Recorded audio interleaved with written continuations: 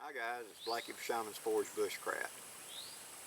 Recently I did my video series on modifying this Opinel, and I would like to add this little update, kind of like a lessons learned, because if you're thinking about doing this conversion, I want you to benefit from some of my mistakes so that you won't make the same mistakes I did.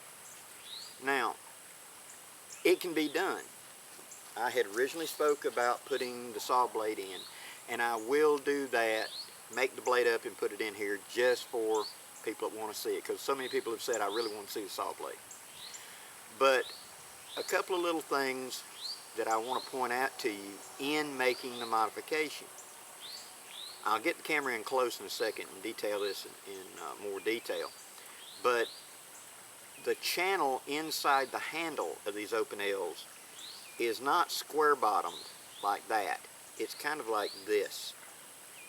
And so you're going to have to go straight down in your inletting to make room for the blades. If you get a little squirrely with it, you'll get high spots, low spots, and you end up with a big gap going down it. So go slow. I tried to do a lot of this with the Dremel tool because I was kind of pressed for time. Because of that, my fit is a little sloppy in where it goes. It fits just fine, but there's a little more gap on either side. Advantage to that is, the one problem I've had with the Opinels is when they'd get wet, the handle would swell up and it'd be too tight. So this should eliminate a lot of that problem, where the blade will actually be easier to access. Okay, let me get the camera up close and I'll show you all the little details. Stay with me, be right back. Now, as you can see, it's not a bad fit in there on either side. And it does give more relief, so it will pass. Now when you look at the very end of the blade, you see how I've had to open it up. And I was originally planning on putting that saw blade between. And I still will put a blade in here, but you see the difference. Now, let's look at the actual conversion.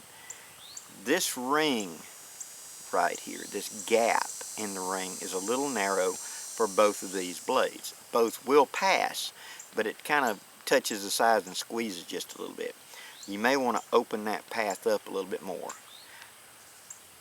When the notch, the locking notch that is here that rotates over and locks the blades like that, it needs to be deepened a little farther over here.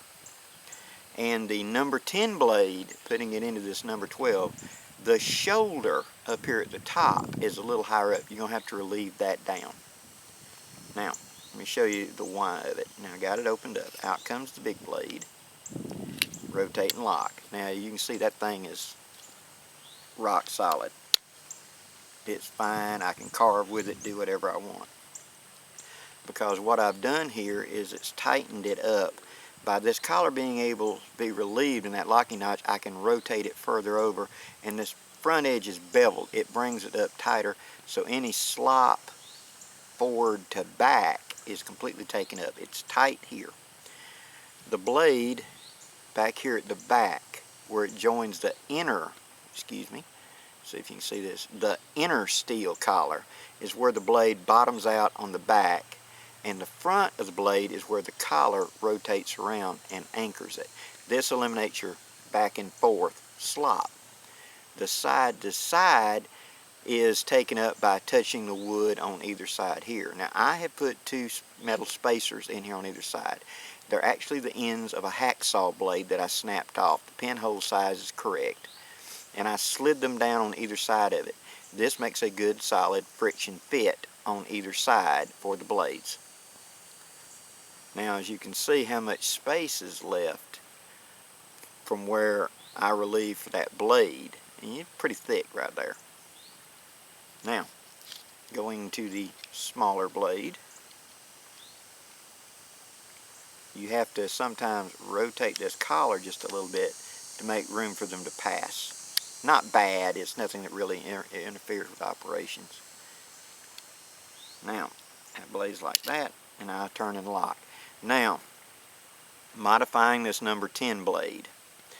The blade is the right width. However, the shoulder back here on the back where it joins the locking collar is a little bit wrong.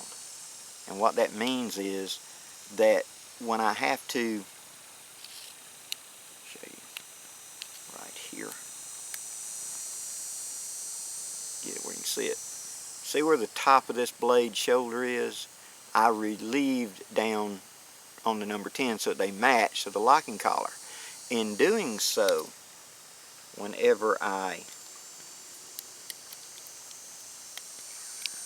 take it and rotate and lock it, there's a little bit of a side to side, not much. Also right here at the front, at the very base, I'm sorry guys, I'm trying to do this backwards and upside down in the camera, I'm sorry for the fumbling. Right here at the very end of the blade where it joins the rotating collar, I was a little too zealous, and there's a thickness difference there, about 1/2 of a dime. This allows the blade to flex just a little bit. You could do that with very careful relieving right there. You could push it back tight and make sure this locking collar tightens it up more. And if I have any regret, that was it. I was a little too zealous in not doing trial fits. But blade is solid left to right, and it's usable, you know. In honesty, I've seen a lot of these Opinels that were that wiggly just to begin with, so I don't think it's a big detriment.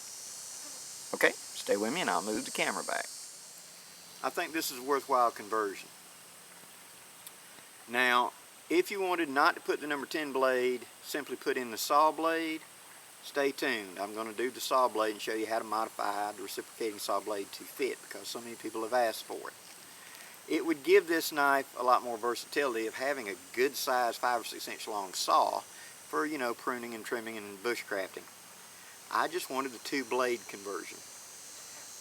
You could also modify a blade. You know, one of these Opinel knives are cheap enough, and a lot of times on eBay you can find them with the handles busted and cracked up and the blade's fine. I found one the other night that the back end back here looked like it'd been gnawed off by a dog, and they wanted $3 for it on eBay. I'm after the blade and the locking collar, so.